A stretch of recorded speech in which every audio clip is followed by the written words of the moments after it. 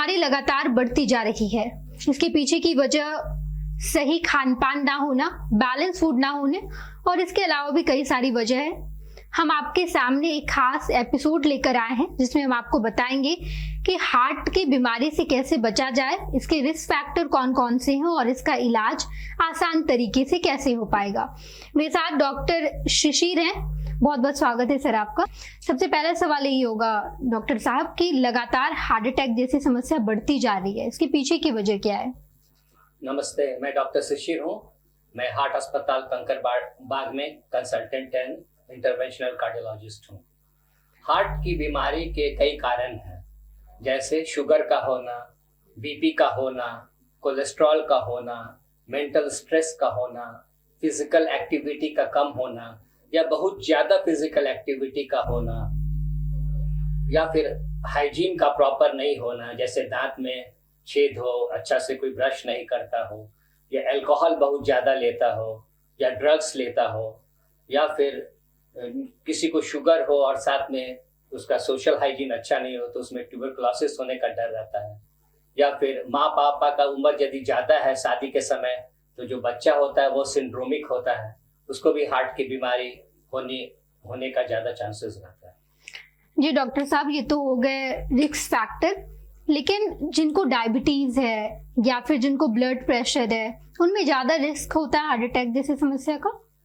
जिसको कि शुगर है, जिसको डायबिटीज बोलते हैं, उससे क्या होता है कि हार्ट कभी कभी कमजोर होता है, जिसको कि हम लोग बोलते हैं डायबिटिक कार्डियोमायोपैथी।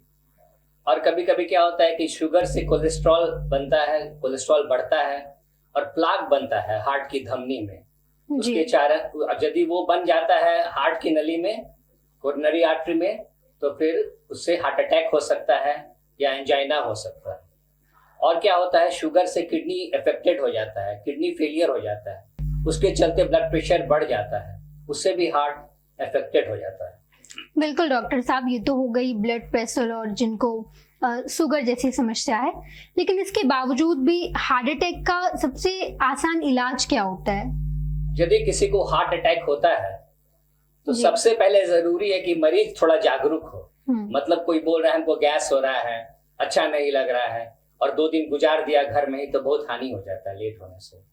तो जिसको भी ऐसा लगे कि ऐसा हमको पहले नहीं हुआ था, अभी हो रहा है, गैस हो रहा है, सांस फूल रहा है, छाती में दर्द हो रहा है, अच्छा नहीं लग रहा है, तुरंत डॉक्टर से दिखाइए और अच्छे डॉक्टर से दिखाइए। क्योंकि आप यदि किसी को दिखाएंगे तो हो सकता है वो आपका बीमारी को पकड़ नहीं सके, केवल आपको दे देगा एक सॉर्बिट्रेट और घर भेज देगा।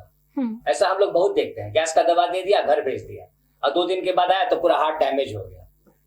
तो आप जाके किसी अच्छे फिजिशियन, कार्डियक फिजिशियन से दिखाइए या कार्डियोलॉजिस्ट से दिखाइए। तो ये हो गया पहले सिम्टम। उसके बाद आप उसका ईसीजी करिए। ईसीजी में बहुत हद तक पता चल जाता है कि इसको हार्ट अटैक हुआ है। उससे यदि नहीं पता चला या फिर अगर मगर वाला बात है तो फिर आप उसके ब्लड को टेस्ट करिए, ट्रोपोनिन टी या ट्रोपोनिन आई करिए, उससे करीब करीब पक्का पता चल जाएगा। उसके बाद आप मरीज को छोड़िए नहीं, उसको जरूर भर्ती कर दीजिए। पैसा है तो प्राइवेट में करिए, पैसा नहीं है तो सरकारी में करिए, इंश्योरेंस है तो प्राइवेट या सरकारी किसी में भी करिए। उसके बाद उसको दवा दीजिए। क्या दवा दीजिएगा? एस्पिरिन दीजिएगा, हेपेरिन दीजिएगा, स्टैटिन दीजिएगा और भी कुछ कुछ दवा दीजिएगा।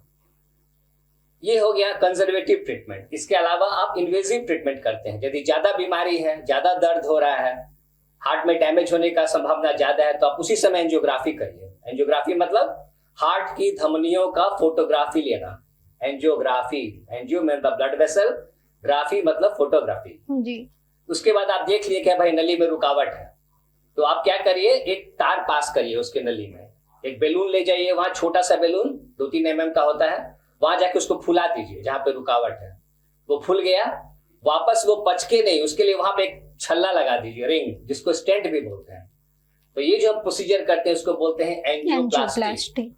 प्लास्टी मतलब रिपेयर, एंजियो मतलब ब्लड वेसल। तो ये हो गया एक तरीका। अब आप देखिए एंजियोग्राफी की कि बहुत ज्यादा बीमारी है, तीनों नली में बीमारी है, मुख्य नली में बीमारी है, शुगर है, पंपिंग कम है, तो उसको बाईपास के लिए भेज दीजिए। अब आप पूछेगा कि बाईपास क्या है? तो बाईपास एक सर्जिकल प्रोसीजर है। इसमें क्या करते हैं, पांव से नस निकालते हैं जिसको वेन बोलते हैं, या फिर मेमोरी आर्टरी लेते हैं और अयोर्टा से लेकर के जो जहां पे रुकावट है उसको पार करके दूसरे जगह में नली को जोड़ देते हैं। मतलब क्या हुआ, जैसे पटना में मान लीजिए जाम है तो बाईपास रोड बना दिए, बाहर से बाहर जोड़ दिए, इधर से उधर, बीच में गए ही नहीं, वही बाईपास सर्जरी है, ठीक से आसान से समझने के लिए। तो आप वो कर दीजिए। एक चीज का और ध्यान रखना है कि आप कुछ भी कर दीजिए, बाईपास कर दीजिए, एंजियोप्लास्टी कर दीजिए, दवा यदि वो बाद में छोड़ देगा तो फिर बीमारी बढ़ जाएगा। दवा उसको जिंदगी भर अच्छे से खाना है। बिल्कुल डॉक्टर साहब, आपने ये भी बता दिया कि एंजियोप्लास्टी और बाईपास सर्जरी में क्या अंतर है, लेकिन एक टर्म है कि कंडक्शन डिसऑर्डर ऑफ हार्ट, ये टर्म इस बीमारी के बारे में क्या होता है? कंडक्शन डिसऑर्डर ऑफ हार्ट, ये बिजली का प्रॉब्लम है, इसमें खून बहने से कोई मतलब नहीं है, खून से रिलेटेड नहीं है जी। तो हार्ट में बिजली सप्लाई होता है, पहले हार्ट में बिजली गया, फिर पंप काम किया, बिजली गया, पंप काम किया, मतलब ब्लड को बार बार पंप करते हैं, 72 बार सोचिए 1 मिनट में पंप करते हैं। तो कैसे इसको क्या क्या हो सकता है, बिजली मान लीजिए ज्यादा जा रहा है तो हार्ट ज्यादा बार धड़केगा। मान लीजिए आपका धड़कता है 60 से 100 के बीच में, मान लीजिए नॉर्मल मान लीजिए, तो आपका धड़कने लगेगा 300 बार 1 मिनट में। अच्छा। तो ये हो गया ज्यादा धड़कना। तो ये हो गया, इसमें क्या, इसमें 2 तरह से हो सकता है, या तो वेंट्रिकल से अराइज कर सकता है बिजली, या एट्रियम से अराइज कर सकता है। तो एट्रियम से अराइज करेगा तो उसको बोलेंगे सुप्रा वेंट्रिकुलर टैकिकार्डिया, और वेंट्रिकुलर से अराइज करेंगे तो इसको बोलेंगे वेंट्रिकुलर टैकिकार्डिया। तो वेंट्रिकुलर टैकिकार्डिया थोड़ा ज्यादा खतरनाक है, इसमें जान जल्दी जाता है। अब ठीक कैसे होगा, तो दवा दीजिएगा, डिल्टियाजम या फिर कुछ भी दीजिए, कॉर्ड्रॉन दीजिएगा, दवा से ठीक हो सकता है। या दवा से मान लीजिए नहीं ठीक हो रहा है तो उसको डीसी शॉक देते हैं कभी कभी, यदि उसका ब्लड प्रेशर मेंटेन नहीं हो रहा है, धड़कन का रेट बहुत तेज है, तो बिजली का झटका देके उसको वापस हम लोग साइनस रिदम में लाते हैं। साइनस रिदम नॉर्मल रिदम होता है जी। तो ये हो गया कि ज्यादा धड़कना या ज्यादा बिजली आना।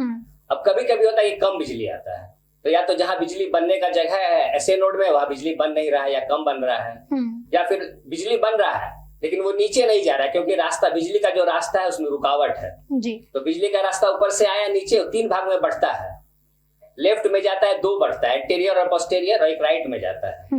तो इसमें से यदि 2 रास्ता भी बंद है तभी भी काम चलते रहेगा, लेकिन यदि तीनों बंद हो गया तब बेहोश हो जाएगा आदमी। बिल्कुल डॉक्टर साहब, ये तो आपने बता दिया कि हार्ट के रिस्क फैक्टर क्या है, इलाज इसका कैसे करना चाहिए, लेकिन जिन्हें हार्ट अटैक पहले आ चुका है वो कैसे परहेज करें? जिसको एक बार हार्ट अटैक हो गया उसको दोबारा या तिबारा होने का चांसेस बहुत ज्यादा रहता है जी।